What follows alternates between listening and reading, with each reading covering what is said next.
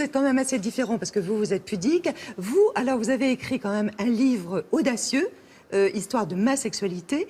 Et puis, en 2013, vous êtes à l'origine aussi d'un footing devant le Sénat. Voilà, tous à poil.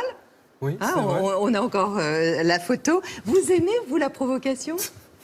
Vous passez cette photo. Oui.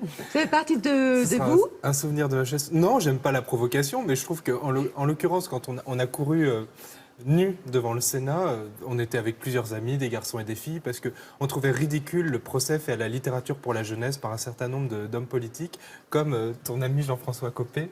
Non, je plaisante. Ils étaient à Sciences Po ensemble. Ils étaient à Sciences Po ensemble, qui commençaient à être choqués parce qu'il y avait un livre qui s'appelait La maîtresse à poil, ou alors Mehdi met du rouge à lèvres, on trouvait ça ridicule.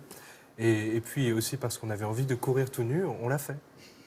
Voilà. Mais d'ailleurs, je t'ai proposé, tu n'es pas venu. Bah oui. Mais c'est ça qui est surprenant.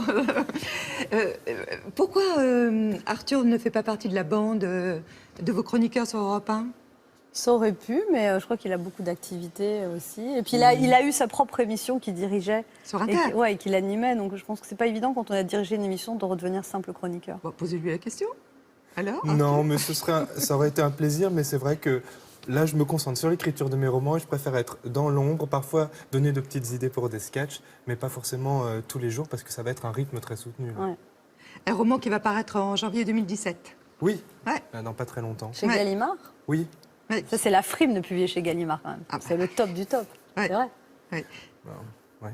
Ah ouais. C'est l'histoire d'un homme qui perd son épouse, c'est ça? Dans un attentat? J'ai pas encore le titre, je suis en réflexion sur le titre, donc je Vous l'aurai voulez qu'on bientôt. vous aide? Oui, mais je vais vous demander. Non, mais c'est l'histoire effectivement d'un homme qui perd sa femme, un homme d'une 60aine d'années qui va perdre sa femme dans un attentat djihadiste.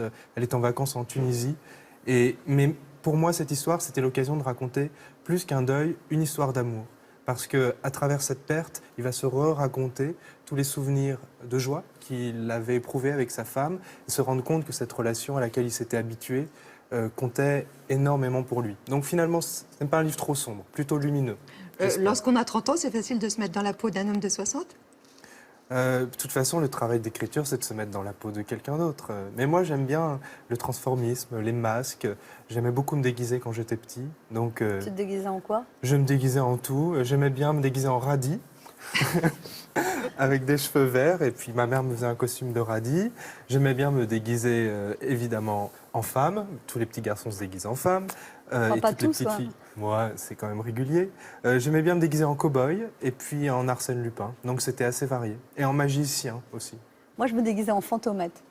Ah bah, c'est parfait. Ouais. Vous connaissez Fantomette? Oui. On se faisait des cartes de Fantomette avec une copine. Merci Arthur. Merci beaucoup. On était content que vous soyez passé. Hein? Grâce Eh bien, à merci. Anne. Merci Merci. Anne, c'était un plaisir de te revoir.